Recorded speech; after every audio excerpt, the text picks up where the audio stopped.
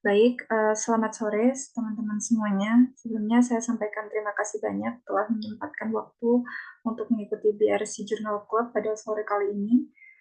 Pada sore kali ini saya akan membawakan review jurnal dengan judul aktivitas ekstrak beberapa tumbuhan obat sebagai anti-MRSA. Jurnal ini diperoleh dari Ames Microbiology yang dilakukan eh, oleh Oku et al. Pada tahun 2019 dengan judul Methicillin Resistant Staphylococcus aureus atau MRSA and Anti-MRSA Activities of Extract of Some Medicinal Plants, a Brief Review. Yang pertama adalah latar belakang dari penelitian. Multidrug resistant bacteria atau MDRB atau resistensi bakteri terhadap beberapa jenis obat merupakan masalah global yang signifikan karena adanya kekebalan terhadap berbagai jenis antibiotik. Kekebalan bakteri terhadap paparan antibiotik ini terjadi yang mana dia merupakan wujud perlawanan bakteri dari antibiotik yang disebabkan adanya mutasi atau transfer langsung dari gen yang mengkode mekanisme resistensi. Infeksi yang disebabkan oleh MDRB ini merupakan beban kesehatan global yang besar yang dapat menyebabkan kematian, kecacatan, dan tantangan terhadap keamanan kesehatan. Hal ini juga dipaparkan oleh Pusat Pengendalian Penyakit dan Prevention, bahwasannya lebih dari 2 juta penyakit dan 23.000 kematian per tahun disebabkan adanya resistensi antibiotik, khususnya di Amerika Serikat. Oleh karenanya, dilakukan penelitian dan pengembangan terhadap potensial obat baru dalam menangani MDRB.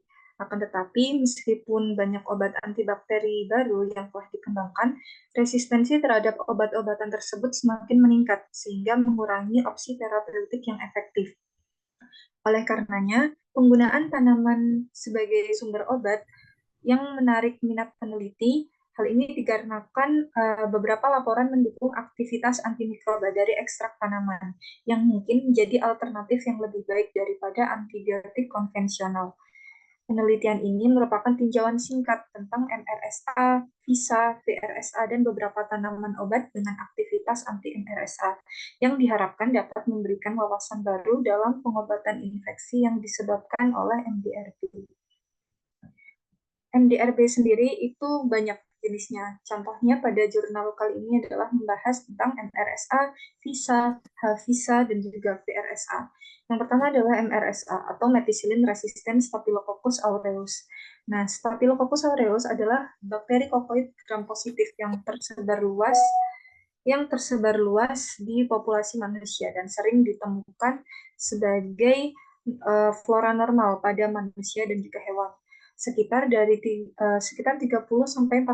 orang dewasa merupakan pembawa MRSA tanpa gejala.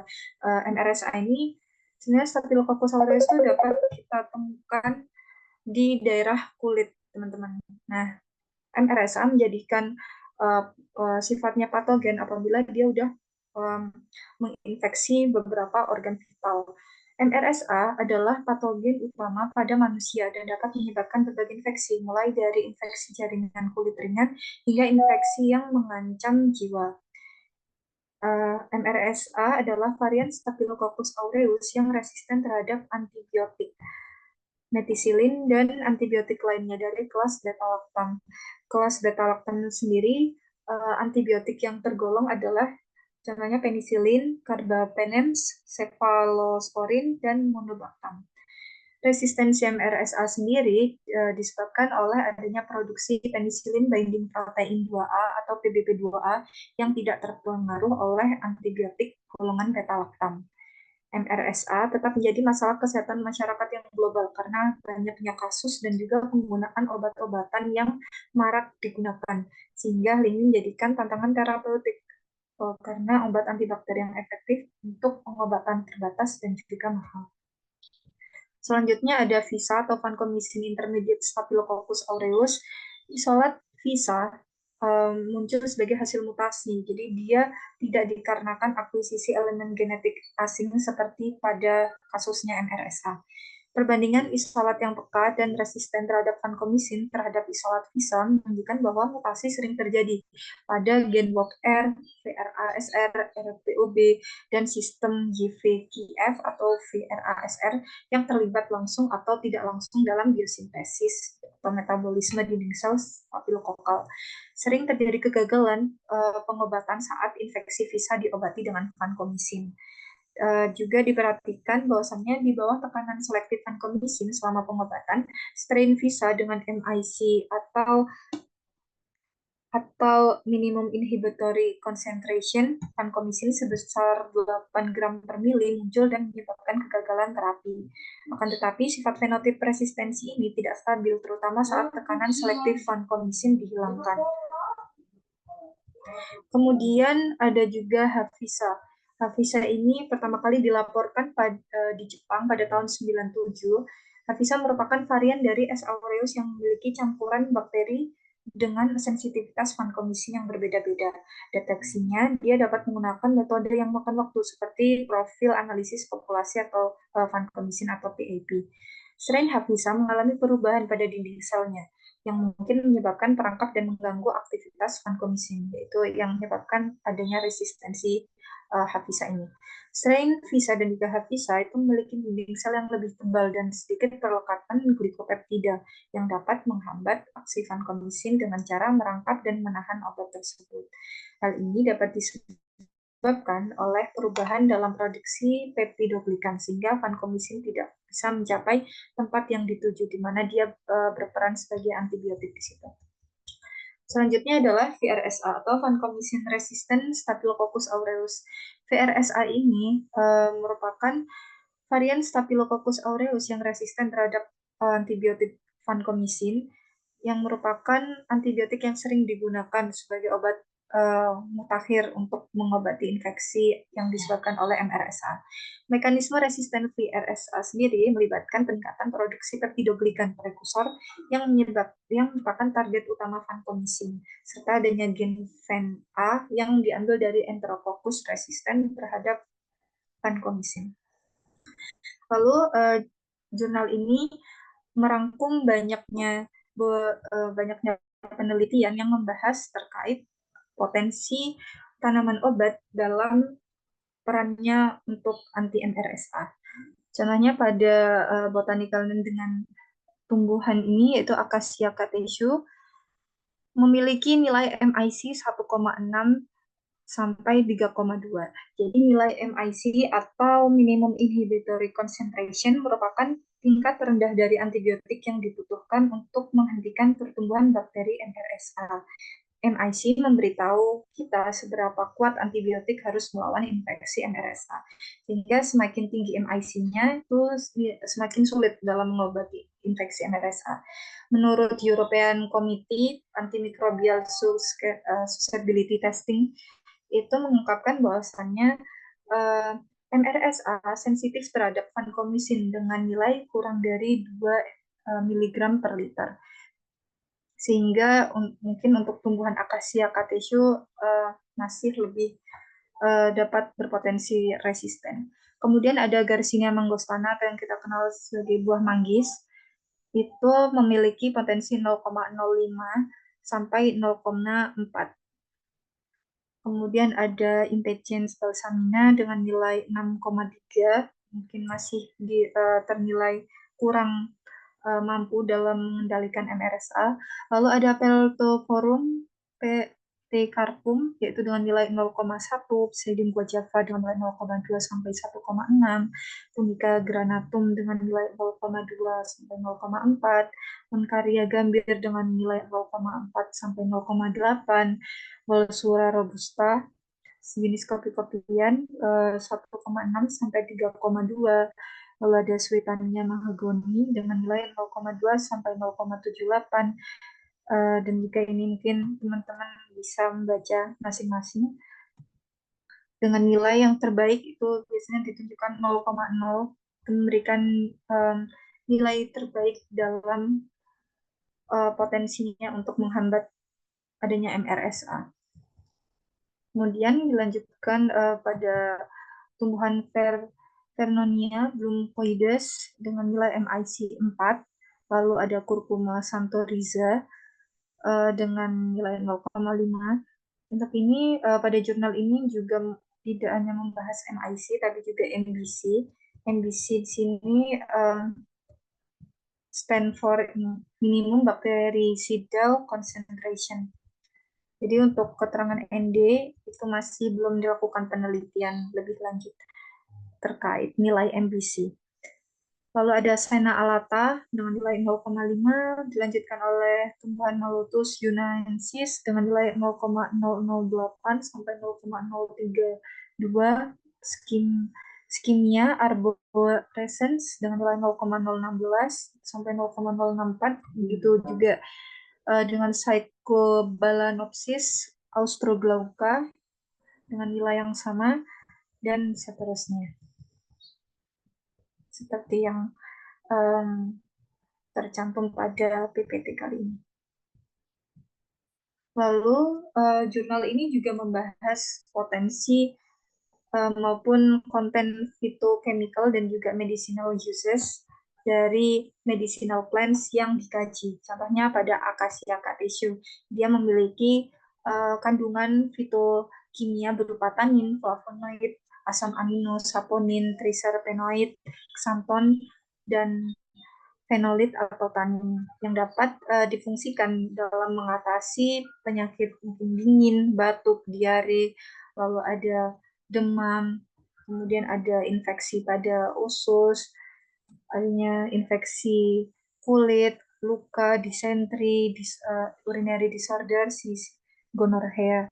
Kemudian ada impatiens balsamina juga, dia memiliki kandungan fitochemical berupa flavonoid, triterpenoids, glycoside, fatty acid, alkaloid yang dapat dimanfaatkan untuk mengobati penyakit diuretik, emetik, laksavatif, demulsen, tonik, dan lain sebagainya, seperti yang tercantum pada PPT kali ini.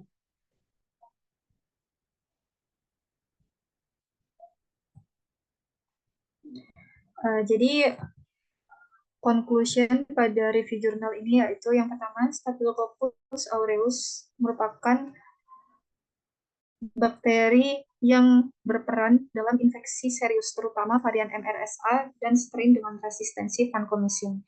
Infeksi yang disebabkan oleh bakteri ini sulit diobati dan menyebabkan kekurangan antibiotik yang tersedia. Penelitian juga menunjukkan bahwasannya beberapa tanaman obat memiliki potensi sebagai alternatif pengembangan obat anti-MRSA. Namun perlu penelitian lebih lanjut untuk menilai keamanan dan efikasi klinisnya. Sehingga jurnal ini sangat membantu bagi teman-teman yang ingin melakukan penelitian lebih lanjut terkait pemanfaatan medicinal plants sebagai potensial anti-MRSA. Mungkin itu saja yang dapat saya paparkan pada sore kali ini. Saya kembalikan ke moderator. Oke, baik. Terima kasih banyak pada Leoni ya atas pemaparannya. Jadi, Leoni ini bercerita tentang multiple resistant terhadap Staphylococcus aureus. Nah, sekarang kita masuk ke sesi diskusi. Kepada teman-teman yang ada pertanyaan atau mungkin masukan, sangat dipersilakan ya teman-teman, boleh melalui raise hand maupun melalui kolom chat.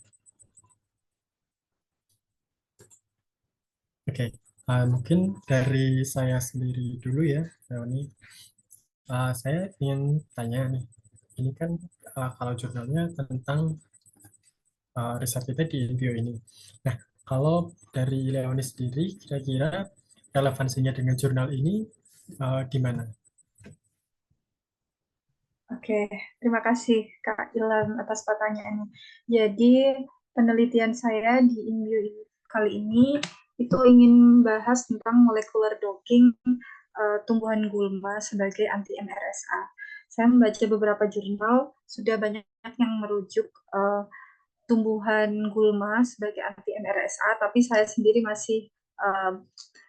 saya rasa saya masih belum cukup mampu dalam menjelaskan ke teman-teman terkait isi dari jurnal tersebut, sehingga saya memberikan jurnal yang paling dasar, yaitu tentang potensial tumbuhan obat sebagai anti-MRSA, sebagai tinjauan paling dasar Bahwasannya anti MRSA dapat ditinjau melalui nilai MIC-nya, yaitu tadi minimum inhibitory concentration. Mungkin kalau penelitian di InBio lebih banyak pakai software daripada uh, penelitian klinis yang biasa dilakukan di laboratorium. Mungkin itu, apakah bisa menjawab pertanyaan dari Kak Ilham? Oke, menjawab Pak Leoni. Nah, tapi aku jadi penasaran lagi. Kenapa pilihnya MRSA daripada yang lain? Maksudnya kalau resisten bakteri kan ada yang lain. Kenapa Leoni pilih yang MRSA ini? Baik, jadi kenapa milih MRSA? Soalnya dulu waktu PKL pernah penelitian tentang MRSA juga, dan cukup masih ingin kepo lebih lanjut tentang MRSA sendiri. Kalau yang waktu di PKL itu tentang MRSA yang terjadi pada hewan unggas, hewan ternak. Sedangkan kalau di penelitian kali ini aku ingin lebih tahu bagaimana sih cara kita mengembangkan obat atau mengembangkan potensial antibiotik terbaru dalam mengobati MRSA sendiri. Karena dari hasil penelitianku waktu PKL, sangat hampir semua obat itu menunjukkan resistensi yang tinggi terhadap anti-MRSA, dan mayoritas obat yang digunakan merupakan obat yang udah lazim, dan beberapa juga ada yang dari buatan industrinya sendiri, sehingga saya memiliki ketertarikan untuk mengetahui bagaimana kalau kita mengembangkan anti MRSA dari tumbuhan yang kita sendiri anggap itu kurang penting atau mengganggu. Contohnya sendiri pada tumbuhan gulma. Mungkin itu, Kak Ilham. Oke, insight menarik ya teman-teman. Terima kasih sekali sebelumnya kalian atas jawabannya. Baik, kepada teman-teman yang lain, sangat dipersilakan apabila ada pertanyaan atau masukan.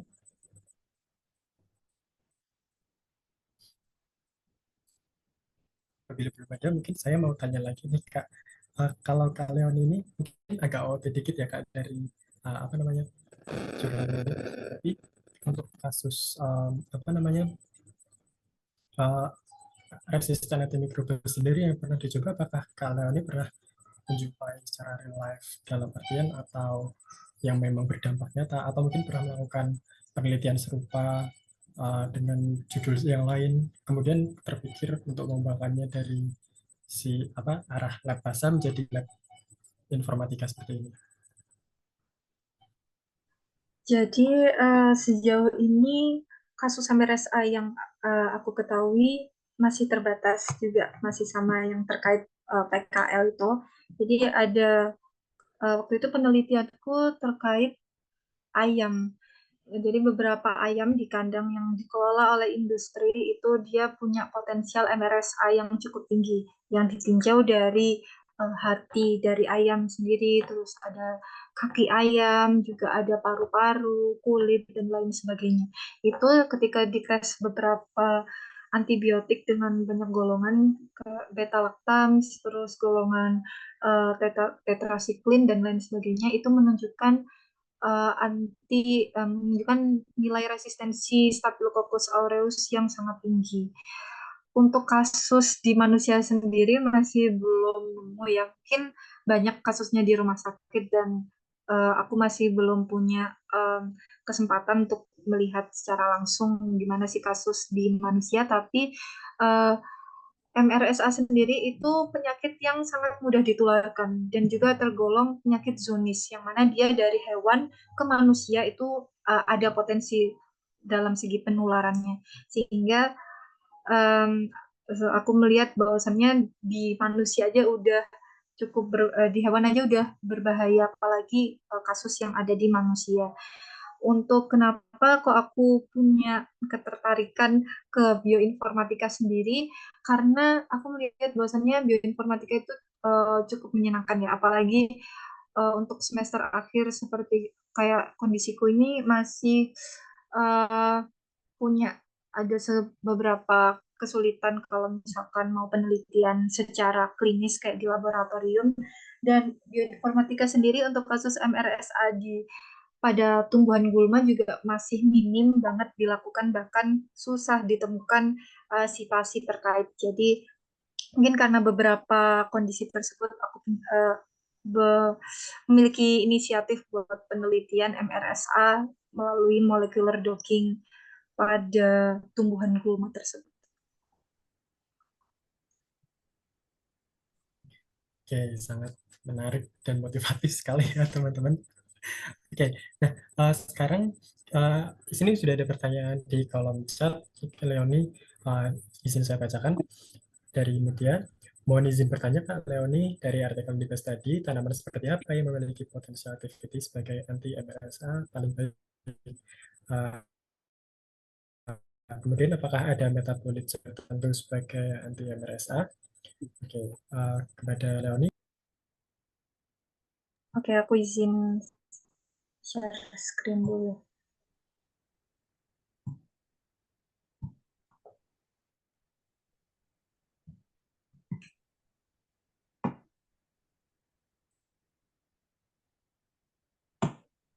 Oke, jadi dari sekian tumbuhan obat yang udah dipaparkan pada jurnal kali ini, tumbuhan mana sih yang punya potensial terbaik sebagai anti MRSA? Sebelumnya terima kasih banyak Kak Muti atas pertanyaannya. Jadi dari jurnal ini, aktivitas anti MRSA yang paling baik ditunjukkan pada tumbuhan tumbuhan Callistemon rigidus, yaitu dengan nilai MIC 0,00125 sampai 0,08.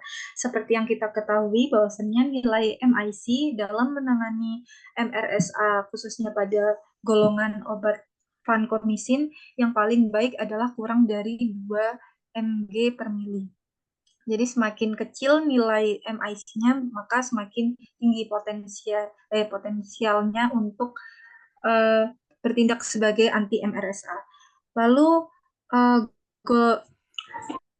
tadi pertanyaan selanjutnya tentang gimana tadi, kandungan apa sih yang paling baik mungkin gitu ya di tumbuhan yang bertindak sebagai anti MRSA. Sebenarnya nggak ada phytochemical spesifik untuk pada tumbuhan sebagai anti MRSA selama dia punya aktivitas yang baik dalam menahan anti MRSA pada tumbuhan pada hewan ataupun manusia, maka itu fine fine aja sih.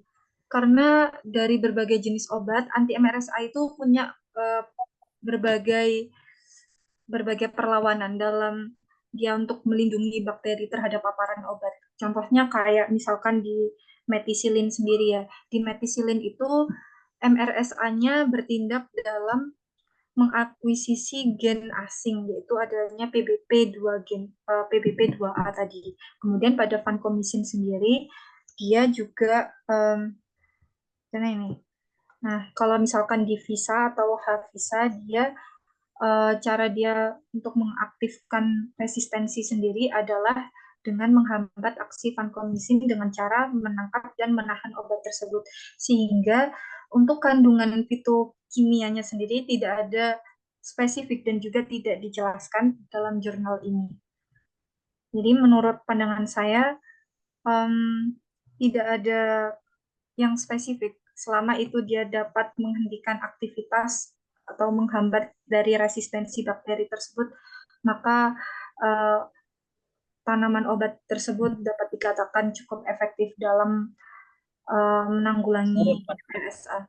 Apakah jawabannya bisa diterima dari Kak Mutia sendiri? Dari Mutia. Nah, ini sudah ada. Oke Kak, terima kasih atas jawabannya. Oke, sebenarnya topik yang sangat menarik ya teman-teman. Namun karena keterbatasan waktu, kita harus segera beralih ke sesi berikutnya. Jadi terima kasih banyak buat Leoni atas pemaparan dari jurnalnya yang sangat menarik. Semoga menjadi bermanfaat buat kita semua. Sekali lagi, thank you, Leoni. Oke, Oke, terima kasih juga. oke. berikutnya kita masuk ke pembicara kedua, presentator kedua, ini ada dari Kak Johan Abel. Dari Kak Abel, apakah sudah bergabung? Say hi dulu mungkin. Ya, sudah bergabung. Oke. Oke. Kepada Abel, silakan waktu dan layar dipersilakan. Saya izin share screen dulu ya.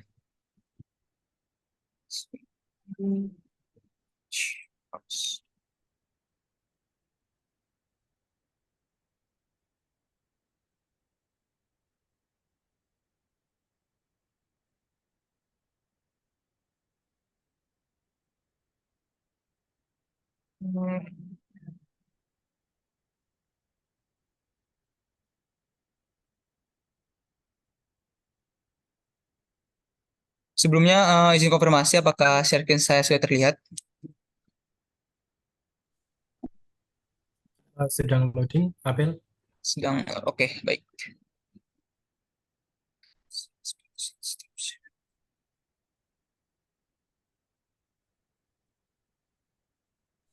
Oke, sudah muncul sempurna. Sudah mau, oke. Sudah muncul ya? Sudah, Abel. Oke. Oke, Assalamualaikum warahmatullahi wabarakatuh. Shalom, Om Swastiastu, salam sejahtera untuk kita semua. Sebelumnya saya ingin mengucapkan terima kasih kepada para hadirin yang sudah menyiapkan waktunya untuk ikut join atau gabung di BRC Jurnal Club pada hari ini. Saya perkenalkan dulu, nama saya Abel John Denis Regar, dan saya merupakan salah satu mahasiswa magang di BRC NBO tahun 2024, dan saya berasal dari Universitas Jenderal Sudirman. Nah, pada acara BRC Jurnal Club pada hari ini, saya mengangkat artikel yang berjudul Airborne Environmental DNA Metabarcoding Detects More Diversity with Less Sampling Effort than a Traditional Plant Community Survey. Atau mungkin yang dalam bahasa Indonesianya yaitu metabarcoding dengan eDNA dari udara mendeteksi lebih banyak diversitas dan membutuhkan lebih sedikit usaha bila dibandingkan dengan survei secara tradisional. Nah, untuk artikel ini itu saya ambil dari jurnal BMC Ecology and Pollution, dan diterbitkan pada tahun 2021 dan ditulis oleh Johnson et al. Nah, untuk artikel lengkapnya mungkin bisa dilihat di link doi yang telah ditampilkan di layar ini. Next. Oke, jadi sebelum kita masuk pembahasan, mungkin saya ingin membahas terlebih dahulu terkait dari barcoding dan metabarcoding. Ya, walaupun saya tahu mungkin beberapa dari peserta di sini atau hadirin di sini mungkin sudah paham atau mungkin sudah pro lah tentang dari barcoding ini atau juga dari metabarcoding. Nah, jadi barcoding sendiri itu adalah metode dalam identifikasi dan autentifikasi makhluk hidup secara cepat dan akurat dengan menggunakan sekuen gen pendek yang telah terstandarisasi atau yang kita sebut dengan marka. Jadi, jika dianalogikan, barcoding ini sama saja ketika kita membeli barang di supermarket. Misalkan kita membeli barang A, lalu kita melihat ada barcode di barang tersebut. Lalu kita scan dan mungkin di layar akan terlihat spesifikasi dan juga harganya. Nah, sama seperti barcoding ini, jadi konsepnya itu sama seperti barcode. Jadi ketika kita mengambil sampel yang mungkin kita belum tahu ini spesies apa sih, ini dari genus apa. Nah, kita ambil, kita ekstrak DNA-nya, kemudian kita analisis berdasarkan sekuen yang telah terstandarisasi tersebut. Lalu kita mendapat, oh ternyata sampel yang kita gunakan ini merupakan spesies A atau spesies B. Nah, lalu apa sih beda barcoding dengan metabarcoding? Jadi mungkin kalau bisa dilihat langsung kan bedanya ada kata meta di depannya. Nah, jadi untuk meta sendiri itu artinya adalah beyond atau melampaui atau juga melebihi dalam bahasa Indonesia. Maksudnya adalah metabarcoding ini adalah proses atau metode yang melebihi dari barcoding, namun tetap berdasarkan dengan sistem barcoding. Jadi Artinya adalah identifikasi makhluk hidup dengan sistem barcoding yang mampu menganalisis ribuan sampel individu hingga total biodiversitas menggunakan NGS atau Next Gen Sequencing. Oke, sebelumnya mohon maaf izin bertanya apakah suara saya terdengar dengan jelas? Sangat jelas, Abel. Oke, baik. Akan saya lanjutkan. Jadi apa sih bedanya secara apa namanya beda dari si barcoding dan DNA barcoding dan meta barcoding ini? Nah, perbedaannya itu yang terutama itu ada 3, yaitu pertama dari sampelnya, lalu dari pembacaannya atau analisisnya dan fungsinya. Seperti yang saya sudah bilang tadi, sampel yang digunakan dalam meta barcoding itu berupa sampel eDNA atau DNA lingkungan atau DNA yang berada pada lingkungan. Sedangkan untuk barcoding biasa atau barcoding konvensional itu menggunakan sampel spesifik dari objek yang ingin kita teliti. Misalkan kita pengen mau identifikasi tumbuhan A, B, atau hewan A, hewan B, seperti itu. Lalu untuk analisisnya, pembacaannya, metabarcoding ini dapat melakukan ribuan pembacaan dalam satu waktu.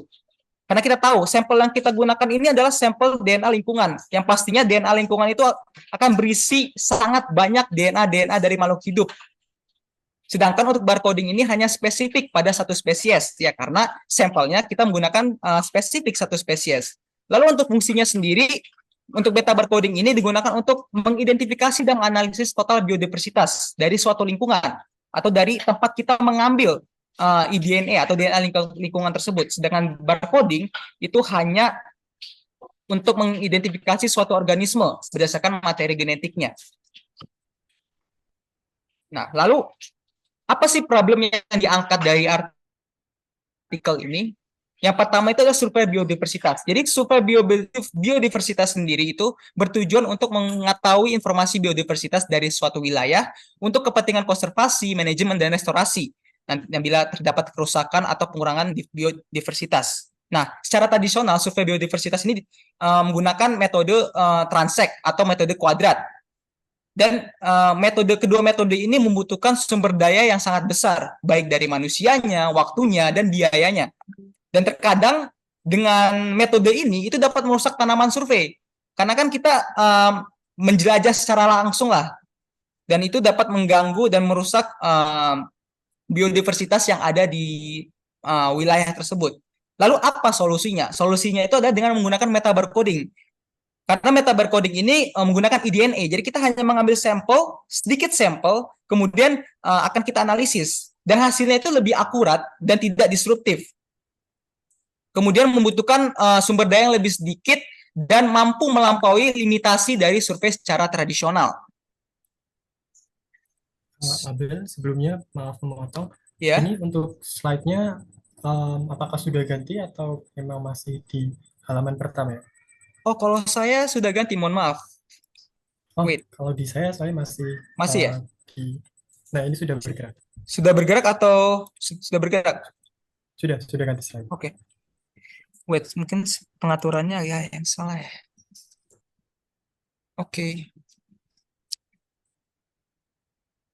Kalau saya ganti seperti ini udah bergerak atau belum?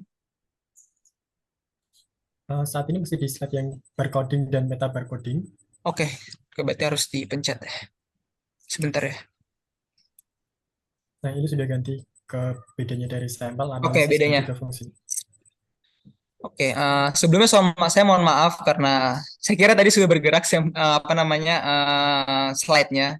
Jadi ini yang tadi saya telah bahas terkait barcoding dan meta barcoding, kemudian dari sampelnya dan juga permasalahan yang diangkat dari jurnal ini. Intinya itu permasalahannya itu untuk membedakan untuk membandingkan antara survei biodiversitas secara secara konvensional dan juga secara meta barcoding. Next. Nah, sumber DNA yang digunakan dalam meta barcoding itu ada 3. Yang pertama itu ada air, kemudian ada tanah, dan yang terakhir ada udara. Nah, untuk air dan tanah ini sudah bisa dibilang sudah banyak penelitian-penelitian yang terdahulu yang melakukan, dan hasilnya itu cukup akurat jika dibandingkan dengan metode konvensional. Nah, namun untuk udara sendiri itu masih jarang dilakukan, dan beberapa itu bukan untuk survei biodiversitas, melainkan terfokus pada polen, kesehatan manusia, dan juga geolokasi forensik. Nah, lalu apa sih urgensi dari penelitian ini? Penelitian ini, jadi urgensinya itu bertujuan untuk membandingkan survei biodiversitas dengan metode metabarcoding sampel eDNA udara dengan metode survei secara tradisional. Mohon maaf, apakah slide-nya sudah berpindah? Sudah, Abel. Oke. Nah, di sini saya langsung masuk ke bagian hasil dari penelitian yang telah dilakukan. Jadi untuk survei secara tradisional sendiri, untuk sumber daya itu membutuhkan ratusan jam kerja dan beberapa ahli taksonomi untuk identifikasi spesies tumbuhan. Setelah itu juga kita membutuhkan peralatan sampling yang pastinya memakan biaya yang cukup besar. Dan untuk jumlah spesies yang berhasil diidentifikasi itu sebanyak 80 spesies. Nah, di samping ini ada daftar dari spesies yang paling banyak ditemukan. Nah, untuk di penelitian ini untuk surveinya itu dilakukan 2 kali, yaitu pada bulan September dan pada bulan Mei, dan masing-masing setiap bulannya masing-masing setiap sampling itu selama 5 hari kerja. Nah, di sini kita bisa melihat beberapa spesiesnya, dan untuk spesies yang di bold ini itu ada spesies yang tidak ditemukan di survei secara metabarcoding. Next. Nah, lalu untuk metabarcoding sendiri, untuk sumber dayanya itu hanya membutuhkan 1 orang dengan waktu selama 3 jam untuk ngambil sampel. Bayangkan dibandingkan dengan yang tadi, itu kita membutuhkan ratusan jam, ini hanya 3 jam untuk mengambil sampelnya. Dan total waktunya itu diperkirakan 66 jam, karena pengambilan sampelnya itu sebanyak 22 kali. Bayangkan 22 kali kita hanya membutuhkan waktu 66 jam. Nah, dan untuk peralatannya yang digunakan itu hanya BSNE. Mungkin beberapa juga belum tahu apa itu BSNE, dan saya juga sebenarnya masih awam dengan BSNE. Intinya BSNE ini berfungsi untuk mengambil DNA berdasar dari udara gitu.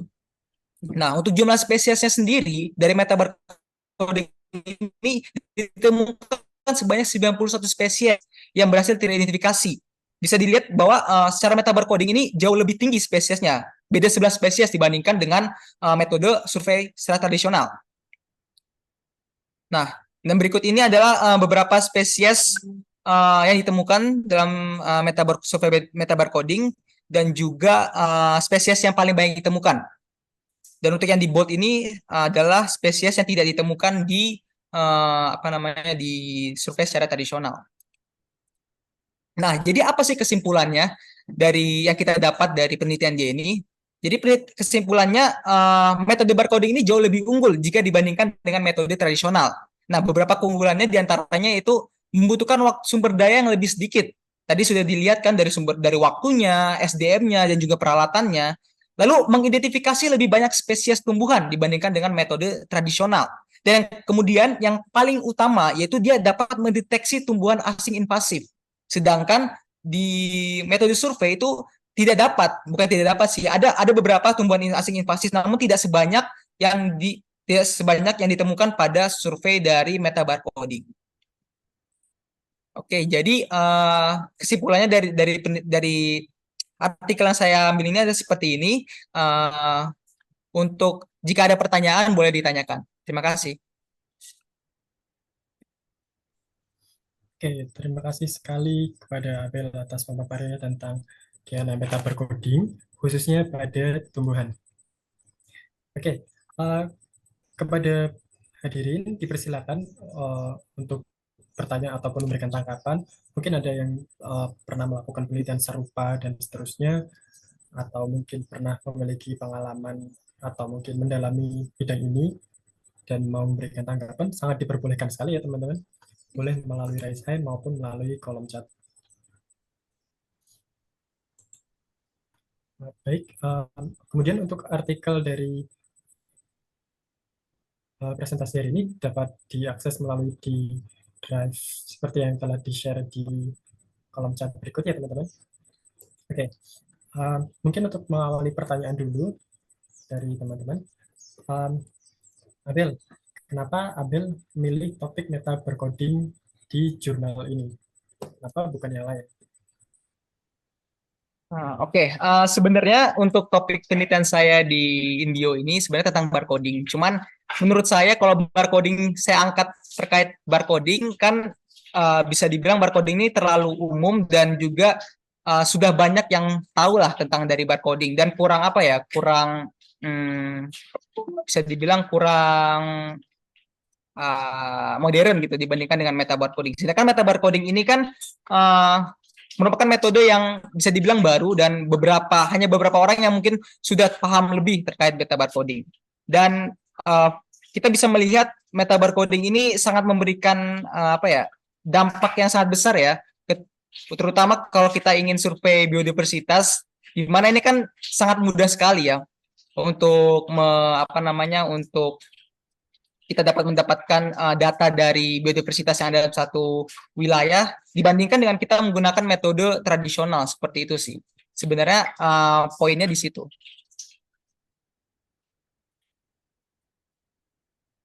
Oke, karena ada kebaruan yang lebih gitu ya. Iya. Kemudian tadi berdasarkan yang aku tangkap juga kan itu bisa mendeteksi spesies tumbuhan invasif juga. Nah, apakah kalau sebelumnya dengan metode barcoding biasa hal itu tidak bisa diketahui ya, atau harus meta barcoding karena ada suatu hal yang baru dan seterusnya? Oke, sebenarnya jawabannya kalau misalkan kita menggunakan barcoding biasa, yang pertama kan pembedanya ada di sampelnya. Kalau misalkan kita menggunakan barcoding seperti biasa, tentunya kita harus menemukan terlebih dahulu dong dari sampel dari tumbuhan yang invasif tersebut. Sedangkan dengan meta barcoding ini, kita hanya mengambil eDNA. Jadi sebelumnya kita belum tahu nih, di sini ada yang invasif atau enggak. Kita hanya mengambil sampel lingkungannya, yang pasti terdiri dari DNA-DNA makhluk hidup atau organisme yang ada di sekitar situ. Kemudian kita menemukan, wah ternyata tumbuhan asing invasif ini terdeteksi menggunakan meta barcoding. Kalau menggunakan barcoding kan kita harus menemukan terlebih dahulu. Kita harus, wah tanamannya ini. Kita terus harus mengekstrak dan juga mengidentifikasi seperti itu. Jadi pembedanya adalah di situ. Kita belum tahu nih di sini ada tumbuhan asing invasif atau belum gitu loh. Atau belum. Seperti itu jawaban. Aku izin menanggapi lebih lanjut ya. Nah, kalau di sini ini kan berarti komputasi ya, lebih ke lab garing. Namun apakah di realnya kita masih perlu konfirmasi tinjauan ke lapangan? Misalnya kalau di mikrobiologi kan kita bisa molekular logging atau metabarcoding yang lain, tapi tetap pembuktiannya kita butuh di lab basahnya.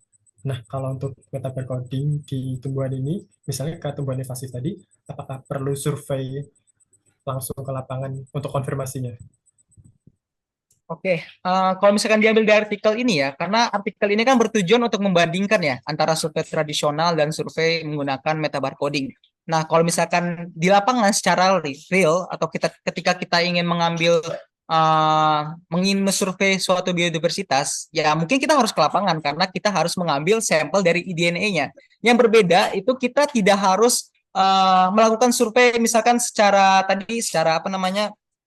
menggunakan plotting dan juga menggunakan transect. Jadi kita tidak membutuhkan waktu yang lama. Jadi kita hanya perlu mengambil sampel yang ada di situ, sampel DNA. Lalu kita tinggal mengidentifikasi atau menganalisis dengan metode metabarcoding.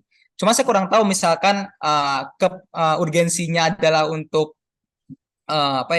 mungkin urgensinya tidak untuk penelitian, misalkan untuk keperluan ekonomi atau suatu perusahaan atau apapun itu untuk menilai suatu lingkungan atau mendata suatu lingkungan. Untuk penggunaan meta barcoding sendiri saya belum tahu apakah sudah digunakan atau memang masih secara tradisional. Seperti itu. Oke, baik-baik. Tadinya bingung, sekarang sudah paham. Oke, terima kasih banyak Abil atas penjelasannya. Baik, sama-sama. Baik, saya ingin bertanya lagi kepada hadirin, apakah ada yang ingin memberikan tanggapan atau pertanyaan, baik dari kolom chat maupun raise hand? Mohon izin bertanya Kak Ilham. Ya, silakan Mutia. Oke, sebelumnya terima kasih atas pemaparan materi ya dari Kak Abel. Aku di sini mau tanya sih Kak, mau diskusi juga terkait subjek atau materi yang digunakan untuk IDNA metabarcoding ini kan ada 3 ya kalau yang disampaikan tadi. Mungkin secara logika kita bisa membayangkan kalau misalnya sampelnya itu dari tanah atau dari air, diekstrak kemudian melalui langkah-langkah selanjutnya itu masih bisa gitu.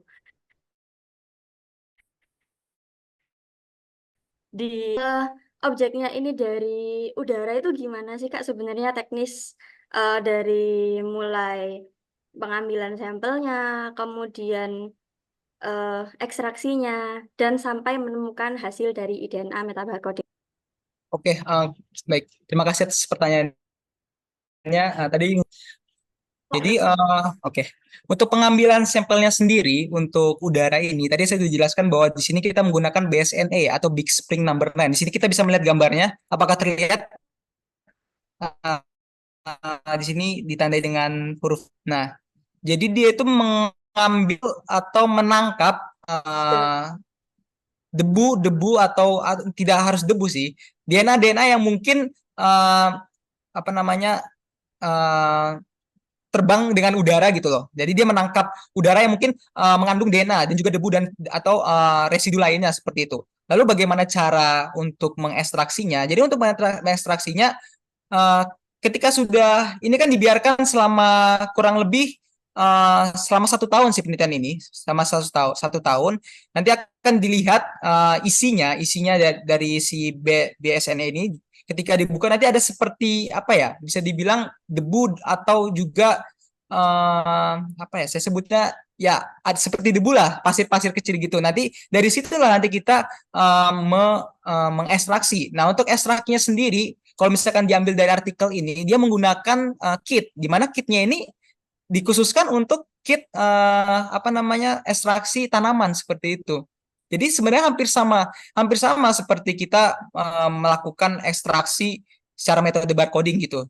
Hanya saja sampelnya itu sangat random, sangat banyak gitu, karena dia kan IDNA, jadi dia berisi DNA dari organisme yang ada di sekitar situ gitu.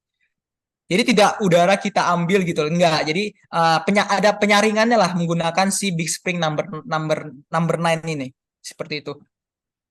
Apakah sudah jelas atau mungkin kurang jelas penjelasan dari saya? Iya, udah jelas Kak. Udah bisa ada gambaran nih dikit. Iya. Berarti tadi kalau misalnya aku baca dari PPT-nya itu kan dia ada yang diambil itu bisa dalam bentuk polen dan ada beberapa Ya, juga gitu ya tadi. Kalau misalnya penelitiannya ini kurang lebih selama 1 tahun, berarti memungkinkan, ini kan kalau misalnya udara kan kita ngomongin udara kan luas banget ya ya. distribusinya udara ini kan ya. Jadi memungkinkan apa namanya? eh mungkin tumbuhan yang nanti akan jadi apa ya, yang muncul hasil ekstraksinya itu nggak radiusnya tidak dekat mungkin ya Kak ya, bisa bisa juga di radius yang lebih jauh dari itu. Nah kalau menurut Kakak sendiri seberapa besar sih efektivitas IDNA metabarcoding ini kalau misalnya pakai sampelnya itu udara gitu? Oke. Oke, sebenarnya kalau misalkan radiusnya ya, memang karena udara kan bergerak tidak, bukan tidak terarah, maksudnya bisa bergerak sejauh itu gitu kan. Nah, jadi inilah tujuan dari si artikel ini. Dia ingin membandingkan antara metode survei tradisional dan metode survei dengan metabarcoding.